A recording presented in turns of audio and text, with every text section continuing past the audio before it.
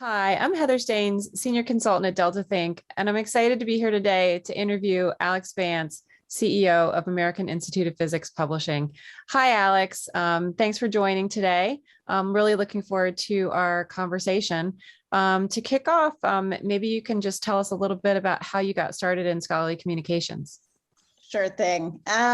So I've been doing this since around 1997, prior to which I was actually in sporting goods sales and traveled the Pacific Northwest doing something completely different. When around that time, I moved back east and I joined the Chronicle of Higher Education in marketing as a marketing manager. Now, happily and interestingly, that was sort of the start, the advent of sort of our digital publications and some real changes in how we do marketing. The owner of the Chronicle of Higher Ed, Corbin Gwaltney, actually was a real enthusiast about digital adoption. So he had a vision for the Chron that was rather progressive. And I think that catalyzed a lot.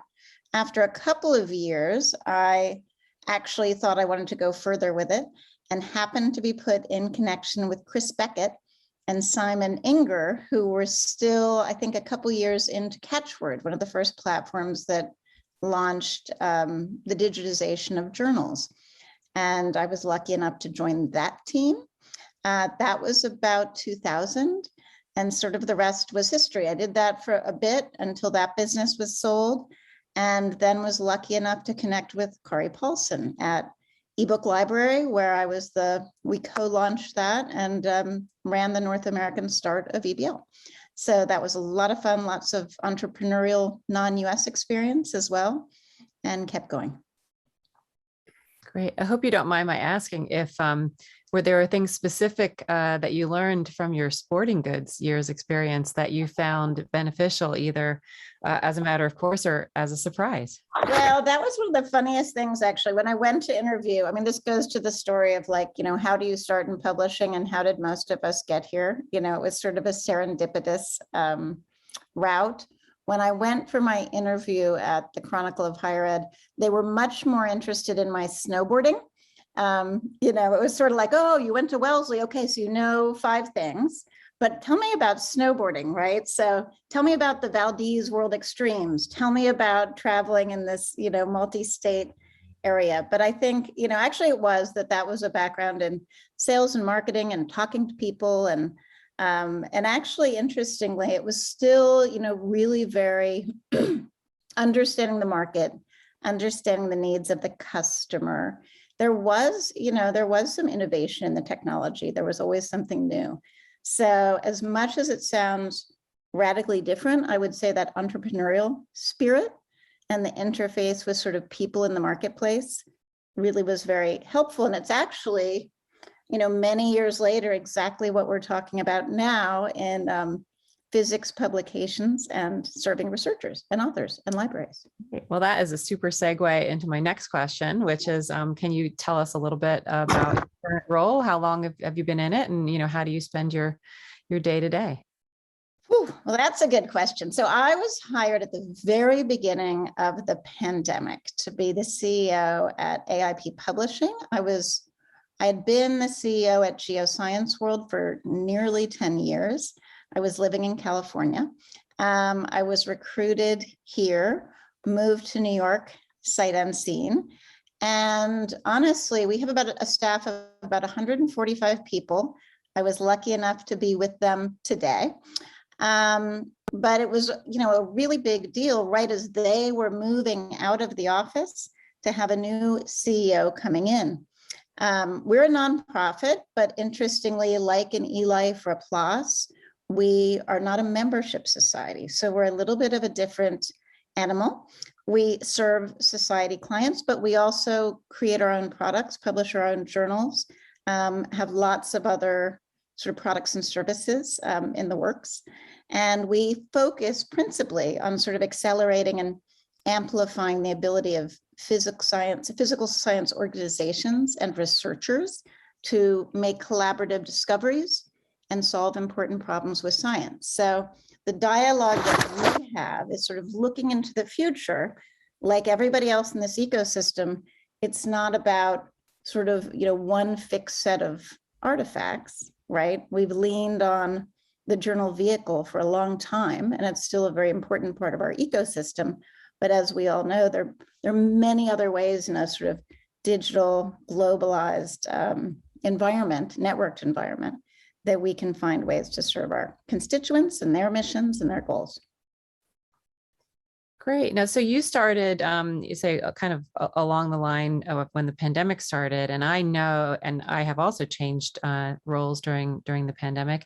And one of the concerns that I've had on my mind lately are early career folks or new to the career folks who may be coming from other industries. And so when you think about your organization, AIP Publishing, what kinds of concerns are there? What kinds of strategies and initiatives and are there for folks who are getting started during this unusual time? Well, I think we're really, we have a lot of energy where we are trying to embrace sort of new ways of working. And to a large degree, we've talked a lot about sort of mentor intern, right? How do we learn from each other? How do we break out of some of the traditional hierarchical forms of working? So while it's really challenging not to be face to face, there are opportunities to sort of re-engineer the way that we engage with each other. So we've adopted a very teams-based approach. And actually, I'm doing a session at Contact coming up, which is really about sort of breaking out of the hierarchical mode into a more work-centric, team-centric, and objective-focused mode of working. And I think a few of our other kind of colleague organizations are doing the same.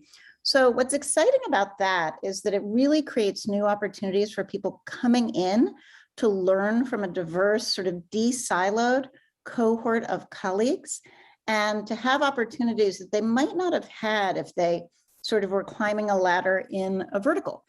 So ideally, we see that as a real competitive advantage where people who have been installed and have certain kinds of expertise can mentor people coming in. People coming in are going to come in with fresh approaches and sort of, having dismantled some of these biases that we might otherwise have. They can help us take off our blinders as digital natives. So I think that's really exciting for us. And we're looking to combine people in new ways. And I think that does create some sort of dynamic opportunities for, to learn from each other and work on focused projects and goals rather than just in tiers. That's really exciting. I'll have to learn more about those different approaches. It's great that you mentioned mentoring. Mentoring is something that's been really important to me. And I don't think I've ever had a formal mentor, but I've been fortunate to have a number of folks over the years who've either within companies or from other companies who've kind of taken me under their wing and helped me along. Anyone kind of taken that role for you, or? That's a really interesting question. What I would say, and I think you know this, is that we're a really close cohort. I mean, those of us who have been kicking around this space for a long time, I think have very strong relationships and friendships. And one of the really nice things about being in this space is that I think we're very open to calling and collaborating and learning from each other. So I can't say there's, like a specific person. One of the big deals for me, I mean, there's so many people I've worked with, so I could point to a slew, but then I think I would be remiss in forgetting a few names too. But what I would say is, actually it's the WIN network, Washington Women's Information Network, was hugely formative for me when I was, in my 30s, when I was really starting out. SSP was huge, working on the Scholarly Kitchen. We always talk about that in meeting, which was like in 2010, in the first series of in meetings. But all those people are such dear friends. And I think we all are learning from each other. So I think it's really that spirit of community that we have that's been such a big deal. And I would just say, the other thing I would say though, is that when I got to a place, I've worked with an executive coach for a while, and his business, their business is called Correntis. He's Alexander Caillet, but his his team worked with us at GSW. Actually, they were referred to me by Silverchair. And we've learned a lot from them. Actually, I was just at the picnic talking to our chief strategy officer about them. So some of their trainings have been really useful, but that's the other thing that I would say is that, we use a lot of informal coaching and mentoring, but actually some of that more formal training and executive coaching or team coaching can also be really beneficial, because increasingly, I think we do want to kind of learn and adopt some practices from outside the industry as well. So how do we balance, learning from the external world, areas we would not automatically be exposed to? As you may or may not know, having been in California for a couple of years, I also spend time trying to expose myself to data businesses and do some things with Outsell. And my particular Outsell team is still based in California, because I still want to, keep our learning beyond the sort of boundaries of STM or academic publishing. Yeah, I'm spending a lot of my time thinking about and learning how to work with data. That's been an exciting element of the new role for me.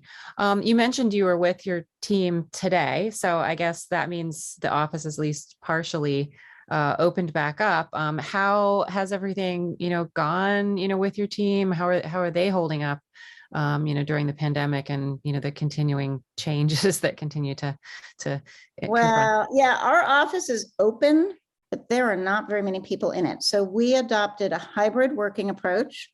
Our office is actually on Long Island with, we had a WeWork space in Manhattan.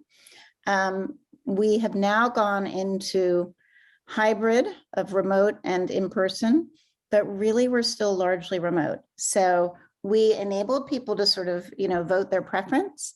And with this orientation to, convening around goals or convening with your team flexibly, what we find is a lot of people are still not going into the office. So we're heavily virtual. Now, I've worked like this for a long time in my career. I've probably only been in person for 3 years here and 3 years there. So I'm pretty comfortable with it.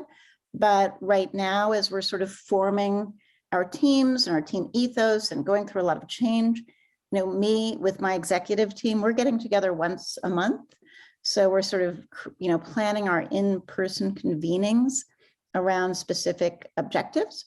Other people, so today we had an offsite fall picnic outdoors we had about 70 people turn up today. We did another one a couple months ago. People really valued it. So that's part of the process of rethinking how we want to engage and convene intentionally. And people get a lot of juice out of that, right? So whether it was, I sort of stormed in and there were pumpkins and things like this and food trucks, but, I came in and I talked in a very focused way with a few people about business. And then we played volleyball. And all of those things made me super happy. And I think people really enjoyed the camaraderie. So it's a nice mix of things. That sounds super nice to me. So it sounds like you're incredibly busy with lots of activities going on. And when you think about the next maybe 5 years, sort of the near term, what are the kinds of things you're most excited to see, how they play out? What are the maybe parts of the industry or technologies you're keeping your eye on? What can you kind of clue us in on? Right. So we've gone through a process. I joined a little more than a year ago. We had some other great additions to the executive team. Dean Sanderson came from Springer Nature, Penelope Lewis from ACS, Ann Michaels working with us, and she'd come over from PLOS.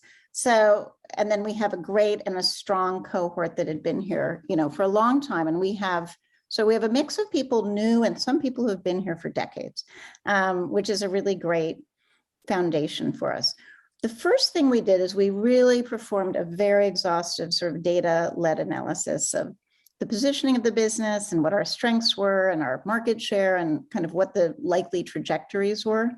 And that analysis, which pretty much takes up about 375 PowerPoint slides, enabled us to really pinpoint sort of where we thought various things were headed where we had strengths, where we had areas for development.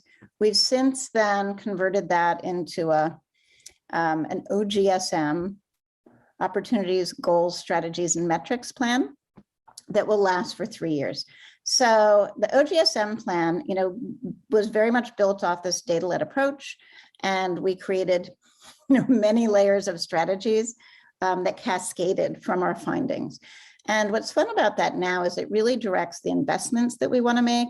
It creates, although it's an enormous amount of information, it's a very directed plan. We can communicate the rationale for everything that we're doing, and it's agile. So one of the changes sort of culturally in other ways is that we're really, trying to take an assertive, progressive, fast-moving, but agile experimental approach with a continuous loop of feedback and continuous improvement, right? So some of these are just sort of how we're reshaping the business so that, we function as collaborative experimenters, right? We set up goals, we put teams on them, we begin executing, we monitor constantly, we make adjustments, and we adjust our investment and our approaches. We learn as we go.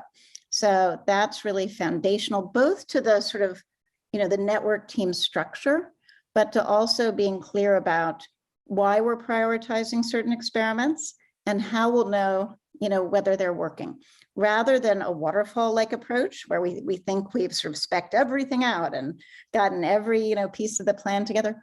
We know in this kind of environment, there's so many change factors. That's not our reality today, right?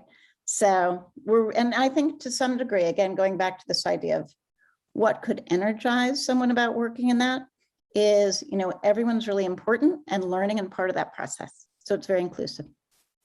Great. Well, not to give anything away for the strategy as it's evolving, but are there a couple of trends that maybe folks who have the chance to take a look at this interview that you might want to have them pay particular attention to? Well, I think the things that we're emphasizing are things that are common, increasingly common around the industry, and things that all of us in STM, at least publishing, should be looked at. So, customer success is a huge theme, a really very devoted focus on, for us, author and researcher success, understanding the deep needs of those individuals. I mean, it's interesting, speaking from a library, at a library conference perspective, for so many years, we've sold subscriptions to libraries, right? Now, this is a sea change. We've always known that behind the libraries, the faculty and the researchers and the scientists, for example, were drivers of those decisions. But now we have to really make sure we're getting much more deeply into the orientation of their work, what enables their success. And I think that's true for us as publishers or for libraries, as our collaborators. We're all here to sort of help the scientific environment thrive and to open it up globally. So that is, when we talk about open access, for example, it's not just open access, a business model. It's why are we doing this, right? It's to create a really inclusive, collaborative, thriving environment where people are building on each other's discoveries and where there's a high level of transparency, and to ensure that that leads to, in our case, trust in science, right? Or trust in any other kind of aspect of research information.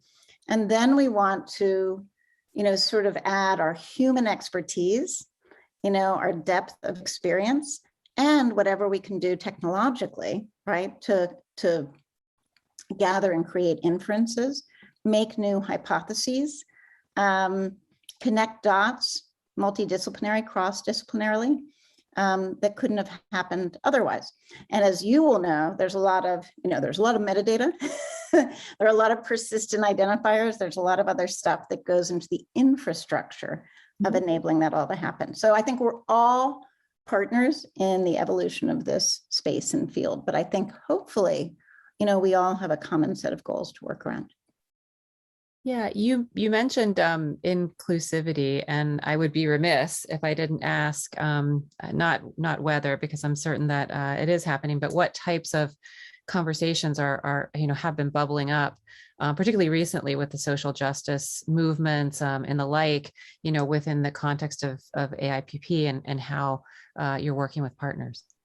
So we have a lot of coalitions and task forces working on this, and we're also working, with other organizations in scholarly publishing. I think we view inclusivity in a lot of different ways, and diversity and authenticity in a lot of different ways. So these are axes not only of our DEI program and our, editor and author inclusivity approaches, really taking a more globalized view, really working to remove systemic bias wherever possible, and to have this be both kind of internally and externally facing. It's a big, one of the elements is, I think, we all acknowledge that this has been a very traditional industry, right? Why has it been so resistant to change when other barriers have fallen? And so I think it's incumbent on us to really look at that. But of course, there are an equivalent number of important researchers, in countries throughout the world. So how do we enable these people to gain equal footing and an equal role in the conversation? And I think for us internally, where we are, it's also, do we reflect the vast diversity of our potential, author community, of the research community? So we have a long way to go. I would say within scholarly publishing, we have a lot of women in important roles, which is terrific and doesn't exist everywhere else. We have certain kinds of diversity, but we really lack others. So as you know, we need to work very intentionally to make sure that we're creating more opportunities and removing barriers. That's wonderful. Thanks for sharing that. Finally, before we let you go, the Charleston conference, I'm biased, one of my favorite conferences, my longest running conference, but I'm hoping you could share just a little bit of your feeling about the conference, maybe, some of the more important, aspects over the years, how you look to its kind of significance on your calendar, because I believe you do. If you could just share a little bit about that. Yeah. So I started attending in 2000 probably, and I have rarely missed an opportunity. One of my favorite things used to be, or, would still be, the library focus groups that went on. So we would bring our, when we were creating new products and proposals, we'd bring them and go into a small room in the basement of the Francis Marion and kind of, work with people and really debate, so it was a high level of engagement. Back in those days, it really was just the Francis Marion, and it was pretty small cohorts. And I do remember it, being heavily librarian, not as many publishers all over the place.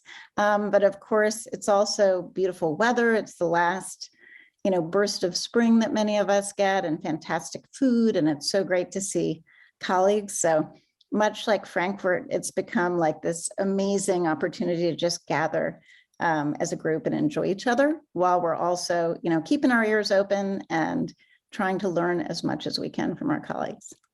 All right. Well, thanks so much, Alix. It's really been a pleasure to have this chance to catch up with you today. And I look forward to crossing paths in the near future. Yep. Hope it was helpful. And I'm still actually trying to work out the kinks of my schedule for next week. So we'll be in touch either in person or on video. All right. Thanks so much. Thanks. Bye-bye.